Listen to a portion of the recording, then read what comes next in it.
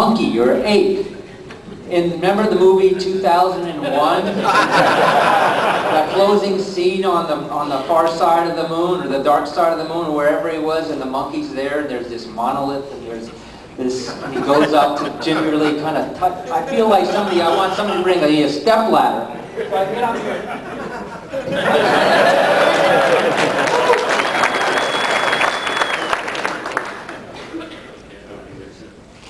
I'm up here to introduce Jim Koch, but before I do, I just want to assure all of you that, yes, I still brew beer at home.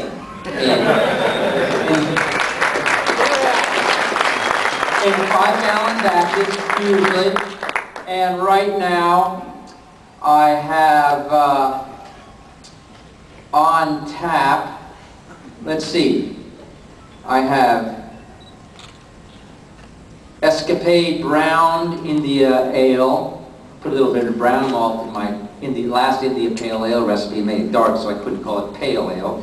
I have Sunshine in the Rainy Season India Pale Ale.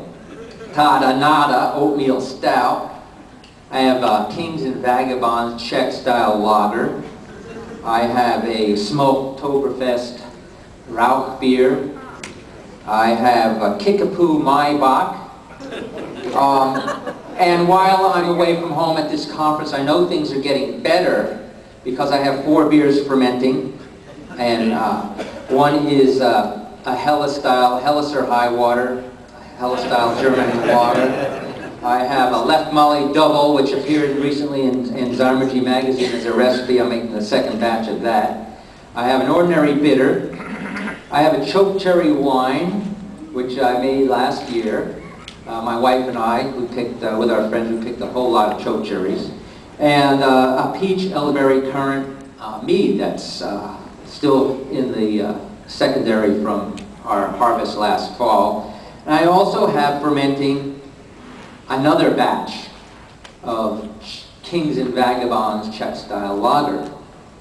And I mentioned that with an accent and on purpose because that Czech Style Lager brings me to a quote that I have in my book about, microbrewed adventures. I write a little bit about Jim Koch and how he established his brewery.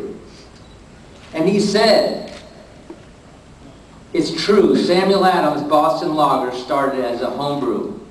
I brewed the first batch in my kitchen in 1984 using a recipe of my great-great-great-grandfather's from the 1870s. I fell in love with the taste of this beer. I thought that if I could taste this beer every day of my life, I'd be a happy man." That was my motivation for starting the Boston Beer Company. I can relate, and I think that every one of the 1,000 home brewers in this room can relate to that kind of feeling, that if you could brew the kind of beer you make and taste it every day of your life, you would be a happy man. Now, I don't think that all of us have the balls, or the female equivalent of whatever that is, to establish a brewery that's going on to close to 2 million barrels of great tasting, making some great tasting beer. I want to say that I first met Jim in 1984 when he brewed that first batch of homebrew that I remember his father's recipe. Some friends of mine at the time said, "Hey, I want you to meet this guy." I was in St. Louis for a Master Brewers Association of America's conference, my first national conference. And we were staying at the Mark Twain Street suite of this really pretty funky hotel. And we were on a pretty low budget. And at the time, just kind of framing the situation, these were the early days of my association life, being involved with the American Home Brewers Association. And he said, "I want you to meet this guy who wants to start a brewery and brew this beer from his grandfather's recipe." I said, "Okay." And so we met this guy and his father, Jim Koch, and his father in St. Louis, and we drove.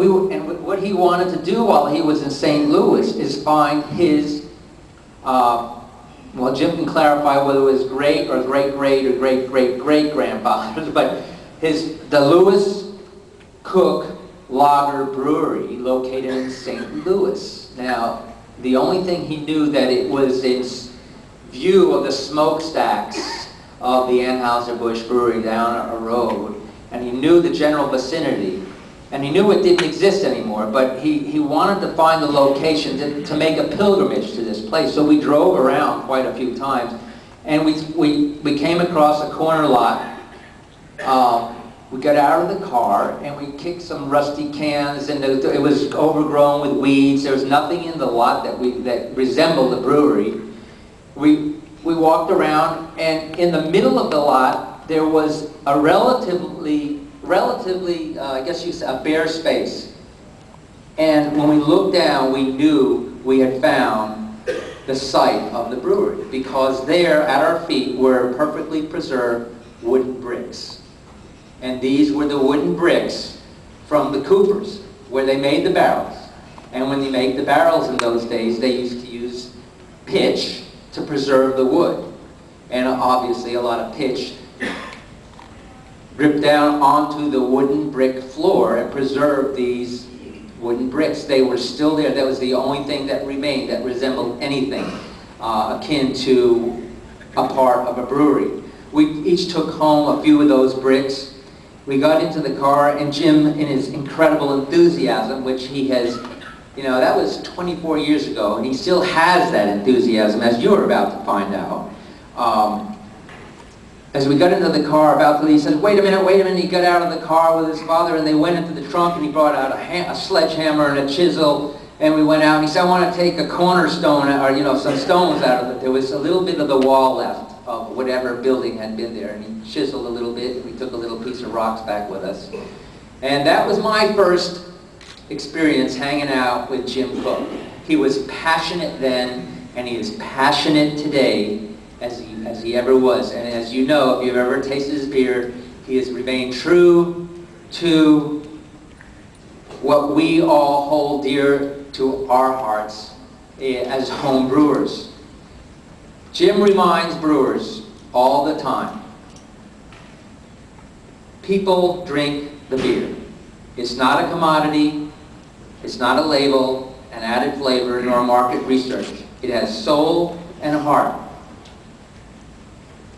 So do the people who make it. Jim has nurtured the New Family Brewery as one of the world's leading brewers of specialty craft beers in the true spirit of home brewing, microbrewing, craft brewing, and beer brewing in general in the world. Please join me in welcoming Jim.